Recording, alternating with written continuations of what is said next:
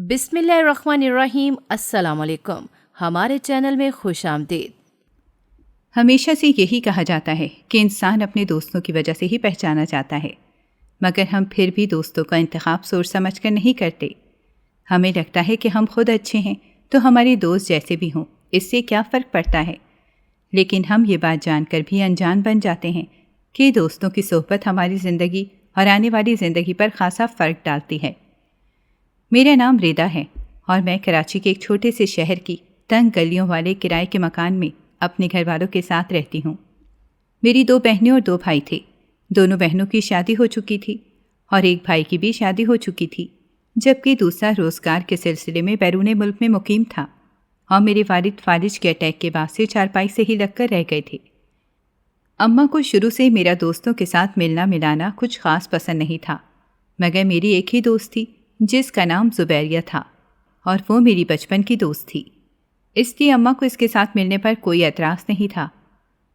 اس دن میں زبیریہ سے مل کر آ رہی تھی اور اماں کافی غصے میں لگ رہی تھی اور مجھے دیکھتے ہی درشتی سے کہا کہ تم اپنی حرکتوں سے باز آؤ گی یا مجھے تمہارے ساتھ سختی ہی کرنی پڑے گی، کیونکہ میری نرمی کا تو تم ناجائز فائدہ اٹھا رہی ہو۔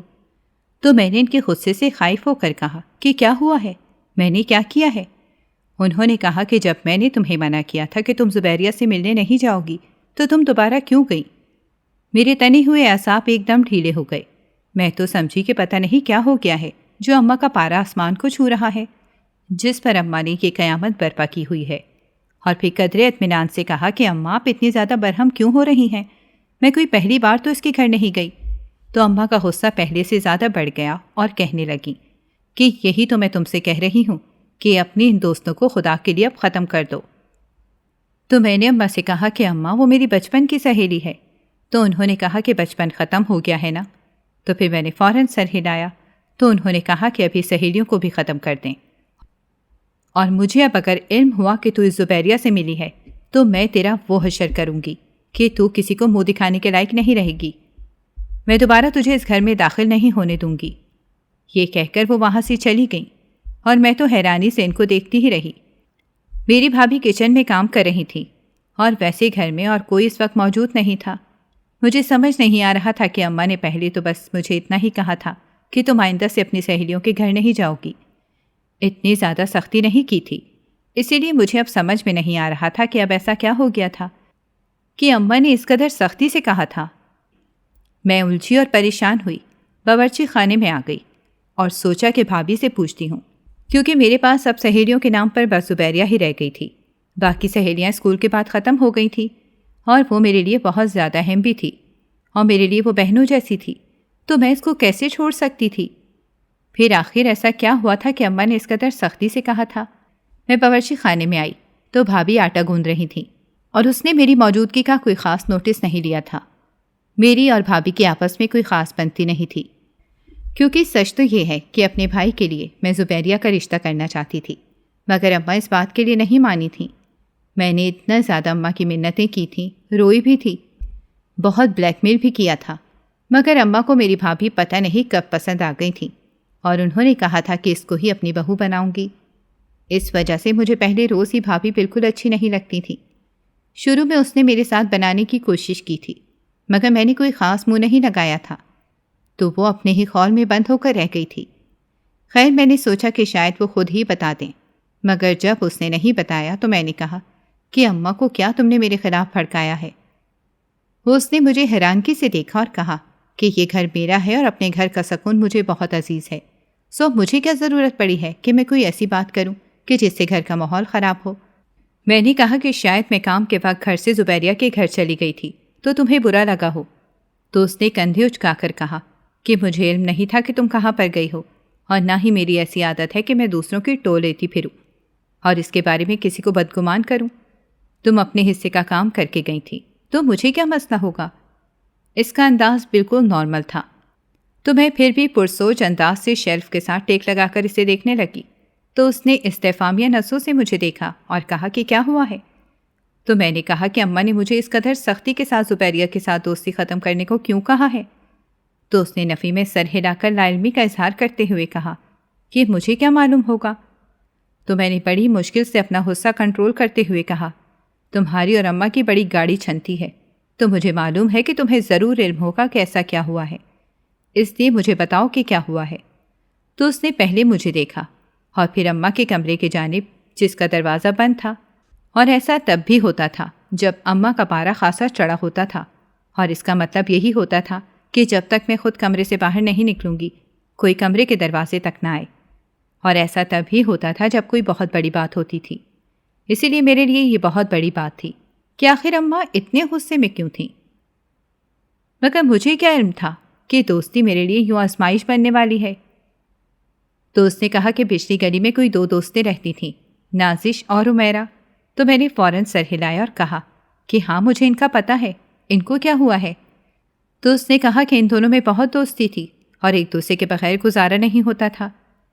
تو میں نے بور ہوتے ہوئے کہا کہ ہاں مجھے علم ہے، مگر بتاؤ اس کا میری کہانی سے کیا تعلق ہے؟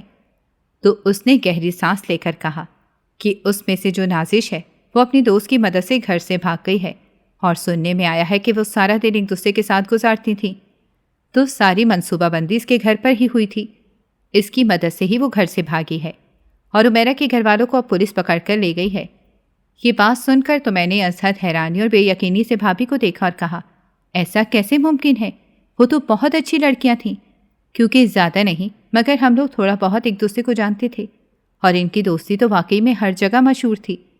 بھابھی نے کہا کہ اماں اسی وجہ سے بہت پریشان ہیں، ان کو لگ رہا ہے کہ تم لوگ بہت نادان ہو، تو کہیں نادانی میں کوئی ایسی غلطی خدا نہ کرے تم لوگوں سے سرزد نہ ہو جائے۔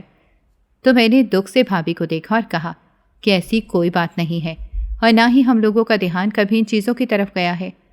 تو بھابھی نے کہا کہ چندا میں یہ بات نہیں کہہ رہی، میں یہ کہہ رہی ہوں کہ ہو سکتا ہے کہ عمیرہ بالکل بے قصور ہو، مگر اب دیکھو نازش گھر سے بھاگ گئی ہے تو سارا الزام اس پر لگ گیا ہے کہ ان لوگوں کی آپس میں بہت دوستی تھی، اور سب کو لگ رہا ہے کہ یہ سب کچھ عمیرہ نے ہی کیا ہے، اس نے ہی نازش کو بھڑکایا ہوگا اور ایسا کرنے کے لیے اکسایا ہوگا، ورنہ نازش تو بہت معصوم لڑکی تھی۔ میں دکھ اور بے یقینی کے ساتھ بھابھی کی باتیں سن رہی تھی، کیونکہ مجھے یقین ہی نہیں آ رہا تھا کہ ایسا بھی ہو سکتا ہے، اور سچ تو یہ ہے کہ مجھے بھی یقین نہیں آ رہا تھا کہ عمیرہ اور نازش کی دوستی کا انجام اس قدر برا ہوا ہے۔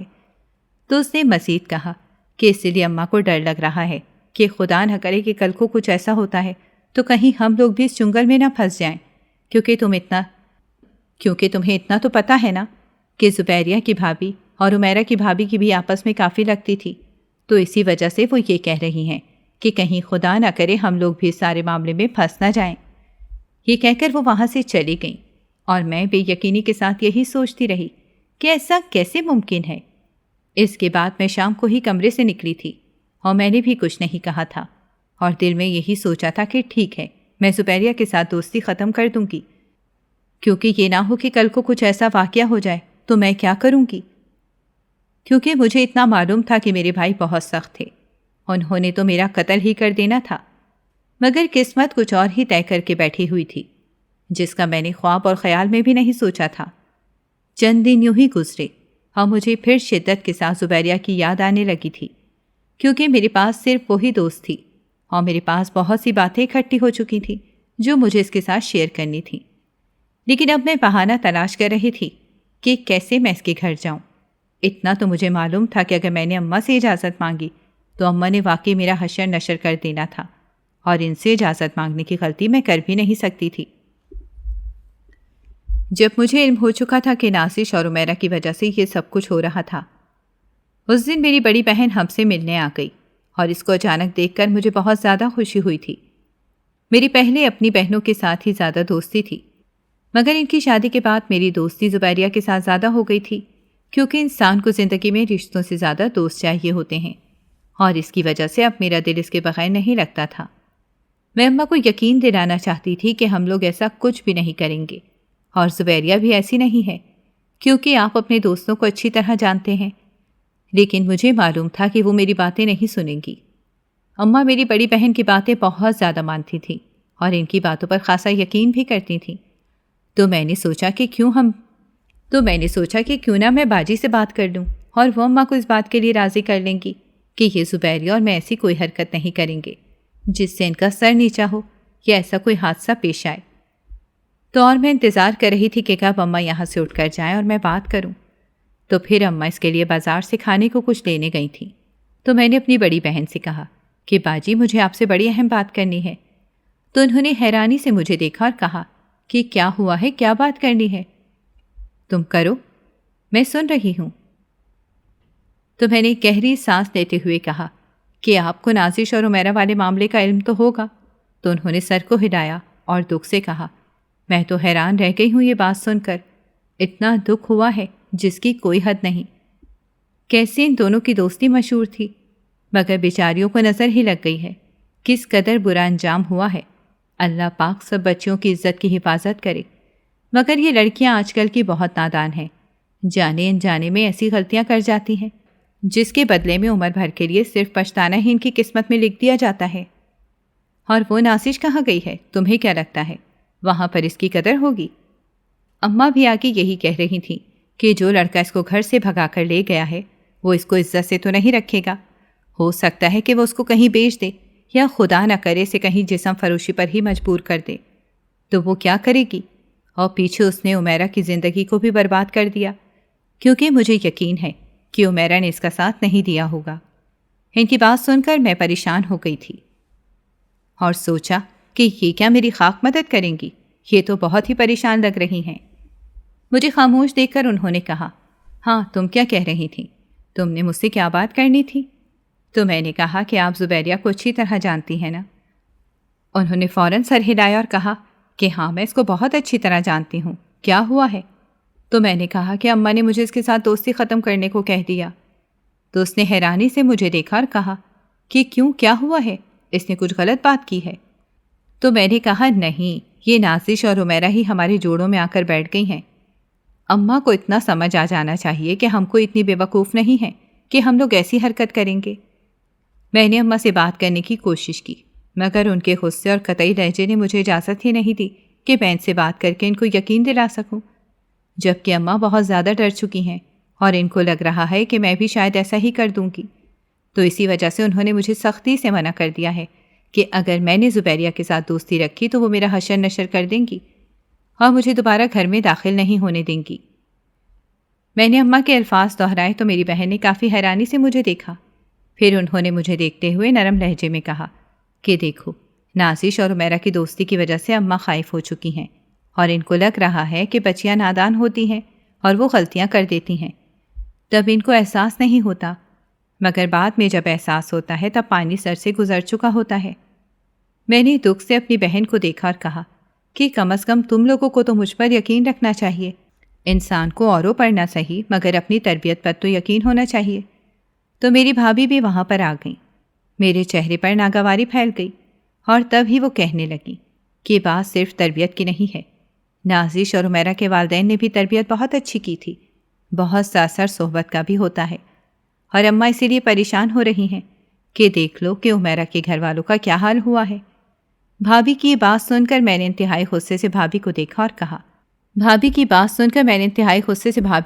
کہا مجھے معلوم ہو گیا ہے کہ اماں کے کان کون بھر رہا ہے، تم سے صرف یہ برداشت نہیں ہو رہا ہے کہ تم سارا دن گھر میں رہتی ہو اور میں باہر اپنی دوست کی طرف چلی جاتی ہوں، اس وجہ سے تم یہ سب کر رہی ہو، اور میری دوست ایسی نہیں ہے، اس لیے پلیز تم میرے معاملے سے دور ہی رہو۔ یہ دیکھ کر میری بہن نے غصے سے مجھے دیکھا اور کہا تمہیں شرم آنی چاہیے، تم اپنی بڑی بھابھی کے ساتھ کس طرح بات کر رہی ہو، وہ ہمارے بھلے کے لیے کہہ رہی ہیں۔ میں یہ سن کر خفا ہو کر وہاں سے چلی گئی۔ جب بھی کوئی ہمارے لیے ایسی بات کر دے جو ہماری طبیعت کے برعکس ہو تو ہمیں بہت ناگوار گزرتی ہے، اور اگر کوئی ہمیں برا لگتا ہو تو اس کی اچھی باتیں بھی ہمیں بری ہی لگتی ہیں، اور ایسا ہی اس وقت میرے ساتھ بھی ہو رہا تھا کہ بھابھی کوئی بھی بات کرتی مجھے بہت برا لگتا تھا اور یوں لگتا تھا جیسے وہ میرے خلاف ہی بول رہی ہیں۔ تھوڑی دیر بعد میری بہن کمرے میں آئی اور کہنے لگی کہ تمہارا بھابھی کے ساتھ رویہ دیکھ کر مجھے بہت دکھ ہوا ہے، تمہیں کبھی بھی اس کے ساتھ ایسا نہیں کرنا چاہیے، وہ ایک بہت اچھی لڑکی ہے اور آج کل کے زمانے کی روایتی بھابھیوں سے ہٹ کر ہے، ہم جب بھی آئیں وہ اتنی خوش دلی سے ہمارا استقبال کرتی ہے، ورنہ میری دیورانی جب بھی اپنے میکے جاتی ہے اس کی بھابھی وہاں سے اپنے میکے چلی جاتی ہے کہ کہیں اس کے ساتھ 10 منٹ بیٹھنا نہ پڑ جائے، اور وہ ہمارے بھلے کے لیے کہتی ہے، تمہیں اسے معافی مانگنی چاہیے۔ میں بے شک یہ بات مانتی تھی کہ میں غلط تھی، مگر میں کبھی اسے معافی نہیں مانگنا چاہتی تھی، مگر مجھے کیا معلوم تھا کہ وقت مجھے وہ دن دکھائے گا جس کا میں نے تصور بھی نہیں کیا تھا۔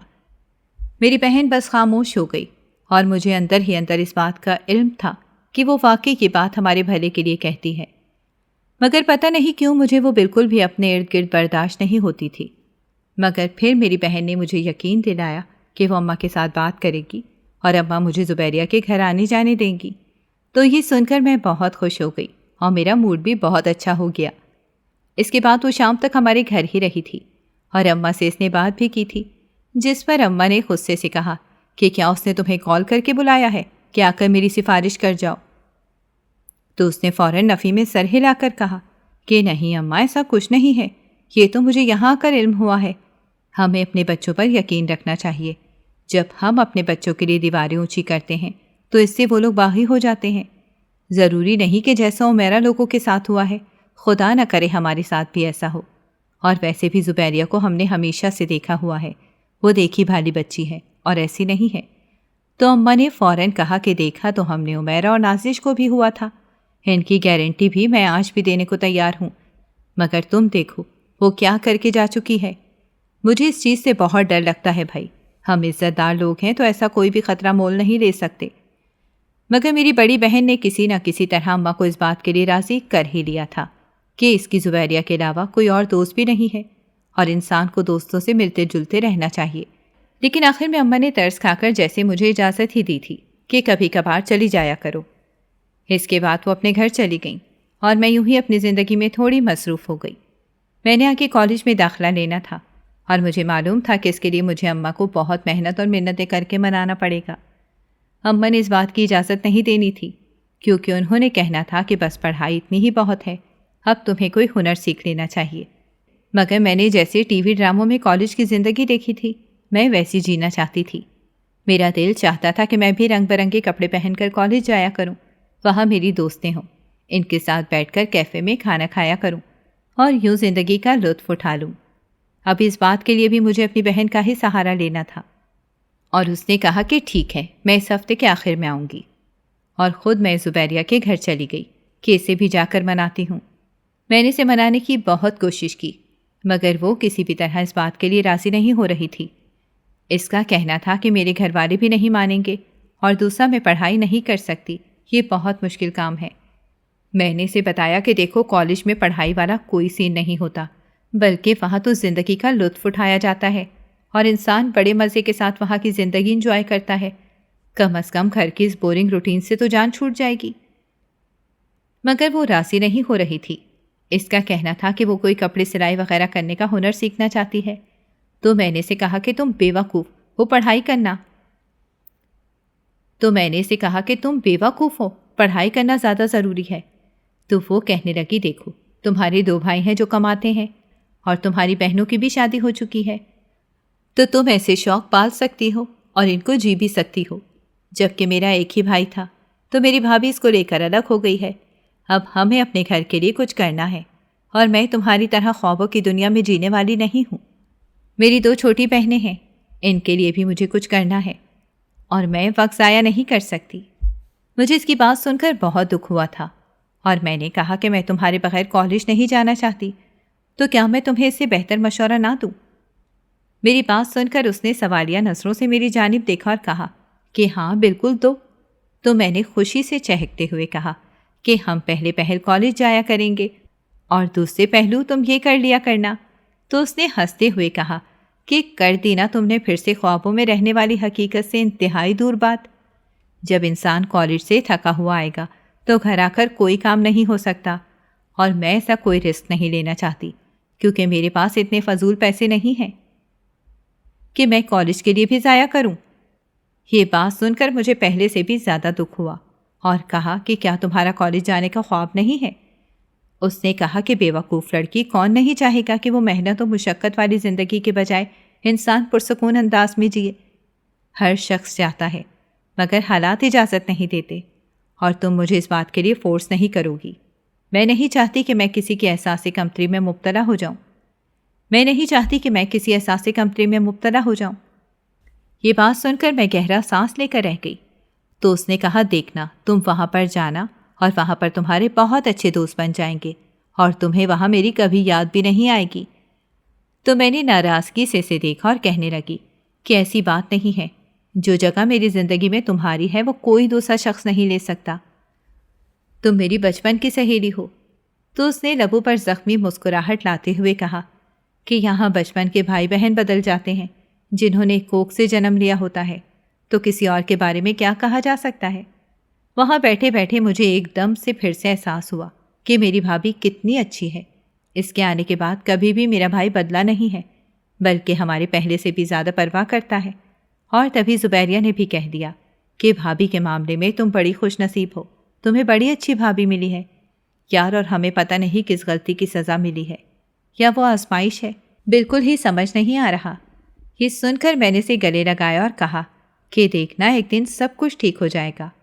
اس نے مسکراتے ہوئے کہا ہاں مجھے یقین ہے ایک دن سب کچھ ٹھیک ہو جائے گا۔ اس کے بعد میں ہفتے کے اختتام کا شدت کے ساتھ انتظار کرنے لگی تھی کہ کب میری دونوں بہنیں آئیں گی اور آ کر اماں کو منائیں گی کہ وہ مجھے کالج جانے کی اجازت دے دیں۔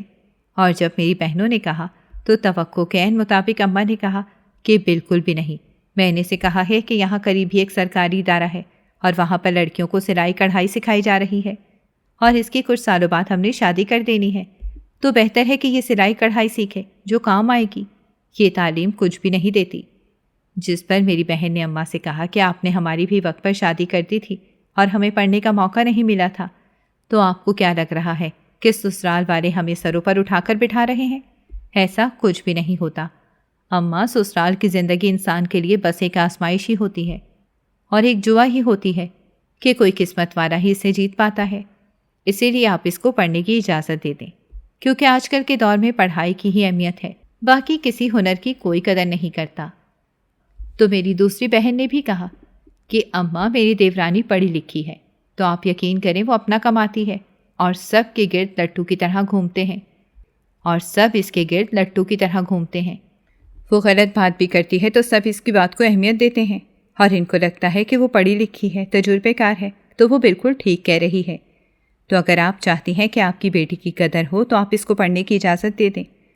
تو اماں نے کہا کہ مجھے ڈر لگتا ہے کہ وہاں بھانت بھانت کی لڑکیاں ہوتی ہیں اور میری بچی بڑی شریف اور معصوم ہے، وہاں جا کر اگر یہ خدا نخواستہ ان جیسی ہو گئی تو میں کیا کروں گی؟ تو میری بہن نے کہا کہ آپ کو اپنی بیٹی اور اپنی تربیت پر یقین رکھنا چاہیے۔ اماں اس کو معلوم ہے ہم اسے کتنی مجبوریوں کے ساتھ پڑھا رہے ہیں، تو وہ یقیناً ایسا کوئی بھی غلط قدم نہیں اٹھائے گی۔ میں نے بھی اماں کو یہ یقین دلانے کی کوشش کی کہ آپ یقین کریں میں ایسا کچھ بھی نہیں کروں گی اور آپ کو آخر میں مجھ پر فخر ہوگا۔ تو اماں نے کچھ پس و پیش کے بعد اجازت دے دی۔ میرے بھائی تو ویسے بھی اس طرح کے معاملات میں کوئی دخل اندازی نہیں دیتے تھے، انہوں نے سب کچھ اماں پر چھوڑا ہوا تھا۔ اس کے بعد میرا کالج میں داخلہ بھائی نے ہی کروایا تھا، اور داخلہ کروانے کے بعد میں خوشی خوشی زبیریہ کے پاس گئی اور اسے جا کر بتایا، تو اس نے بھی مجھے سمجھانے والے انداز میں کہا کہ وہاں جا کر غلط انداز میں مت ڈھل جانا۔ تو میں نے اسے کہا کہ تم فکر مت کرو، میں ایسا کچھ بھی نہیں کروں گی۔ اس کے بعد میں کالج جانے لگی، اور وہاں کی زندگی تو کیا ہی خوبصورت زندگی تھی۔ سارا دن ہم لوگ بے فکری کے ساتھ پھرتے رہتے تھے، کسی میڈم کا دل کرتا تو وہ لیکچر لے لیتی تھیں، ورنہ ہم لوگ سارا دن بیٹھ کر باتیں کرتے، تصویریں بناتے اور کھاتے پیتے رہتے تھے۔ وہاں پر میری رانیہ نامی لڑکی سے دوستی ہو گئی، اس کے پاس بہت زیادہ پیسہ تھا، اور میں حیران ہو جاتی تھی کہ اس کے گھر والے اس پر کتنا یقین کرتے تھے۔ اس کے گھر والے اس پر کتنا یقین کرتے تھے کہ اس کو اتنا پیسہ دے کر بھیج رہے تھے۔ ایک دن میں نے اسے کہا کہ رانیہ تمہارے پاس اتنا پیسہ کہاں سے آ رہا ہے؟ سچ بات تو یہ ہے کہ میں نے اس کے ساتھ پیسے کے لیے ہی دوستی کی تھی کہ وہ مجھے کپڑے وغیرہ بھی لے دیتی تھی اور میرے ساتھ بڑے اچھے سے رہتی تھی۔ تو ایک دن اس نے مجھے بتایا تو میرے پیروں تلے سے زمین نکل گئی، اور میں سوچ بھی نہیں سکتی تھی کہ وہ ایسی لڑکی ہوگی جو اتنے غلط کاموں میں ملوث ہو کر پیسہ کما رہی ہوگی۔ میں نے اس دن سوچا کہ میں اس بد کردار لڑکی کے ساتھ دوستی نہیں رکھوں گی کہ کہیں یہ کل کو میرے لیے کوئی مسئلہ کھڑا نہ کر دے۔ لیکن جب کچھ دن تک میرے پاس پیسے نہ رہے تو مجھے دوبارہ اس کے پاس جانا ہی پڑا، اور پھر مجھے تو بس پیسوں سے غرض تھی، میں کون سا خود کو ایسا کام کر رہی تھی، سو میں پیسوں کی خاطر اور پیسوں کی لالچ میں آ کر اس کا ساتھ دے دیا کرتی تھی۔ کبھی کبھی مجھے اس چیز کا احساس ہوتا تھا کہ میں غلط کر رہی ہوں، اور اگر گھر والوں کو اس چیز کی خبر ہو گئی تو میرے لیے بہت مسئلہ ہو جائے گا۔ مگر پھر میں نے سوچا کہ گھر والوں کو کون بتائے گا، ان کو تو مجھ پر مکمل یقین ہے، اور ویسے بھی جب مفت کے پیسے آ رہے ہیں تو انسان یہ نہیں سوچتا کہ وہ کہاں سے آ رہے ہیں۔ پھر ایک دن اس نے مجھے کہا کہ چلو میرے گھر چلتے ہیں، میں تمہیں اپنا گھر دکھاتی ہوں۔ پہلے تو میں اس بات کے لیے راضی نہیں تھی کہ کہیں یہ مجھے کسی مصیبت میں نہ پھنسا دے، مگر اس نے کہا کہ کچھ بھی نہیں ہوتا، چلو ہمارے گھر چلتے ہیں۔ تو کالج کی چھٹی ہونے میں ابھی 3 گھنٹے رہتے تھے، تو اس نے کہا کہ ہم اتنی دیر میں گھر سے ہو کر واپس آ جائیں گے، اسی لیے میں اس کے ساتھ اس کے گھر چلی گئی۔ اس کا گھر واقعی میں بہت پیارا تھا اور میرا تو وہاں سے آنے کو دل ہی نہیں کر رہا تھا، مگر تبھی وہاں پر ایک لڑکا آ گیا جس کو دیکھ کر میں ایک دم سے ڈر گئی۔ اس نے کہا ڈرنے والی کوئی بات نہیں ہے، یہ میرا بھائی ہے، اور اس کے بھائی کو دیکھ کر میں دل ہار بیٹھی تھی اور اب تو ایک دم سے بے چین اور بے تاب ہو گئی تھی۔ پھر میں نے سوچا کہ پتہ نہیں اب کب اس کے گھر جاؤں گی، لیکن 3-4 دن بعد وہ دوبارہ مجھے اپنے گھر لے گئی اور کہنے لگی مجھے تھوڑا سا کام ہے، میں 5-10 منٹ میں آتی ہوں۔ تو اس کا بھائی آ گیا اور اس نے فوراً مجھ سے اظہار محبت کر دیا، اور میں تو سوچ بھی نہیں سکتی تھی کہ یہ سب اتنی جلدی ہو جائے گا۔ ایک دم سے میں ہواؤں میں اڑنے لگی تھی۔ اماں سے کیے وعدے، گھر والوں کے دعوے دلائل، سب کچھ ایک طرف ہو گیا تھا اور میں اس کے عشق میں پاگل ہو گئی تھی۔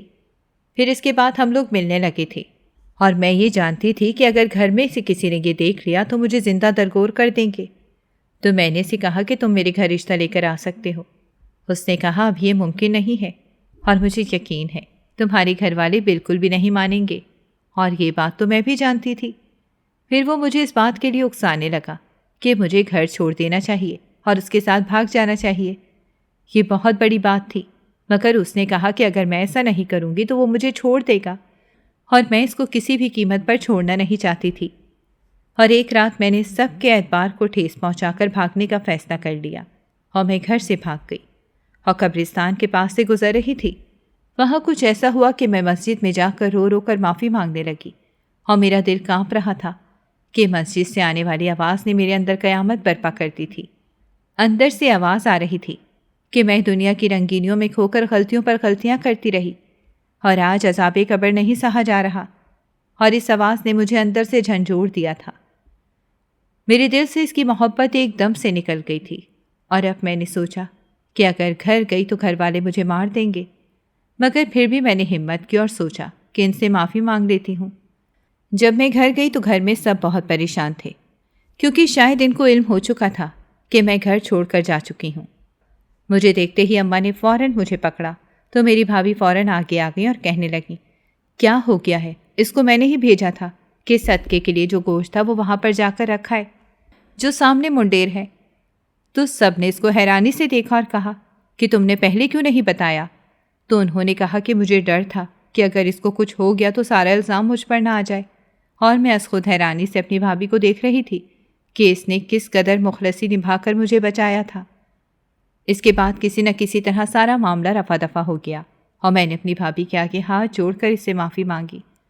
اس نے کہا کہ کوئی بات نہیں، لیکن یہ آخری بار تھی، اب تمہیں سنبھل جانا چاہیے۔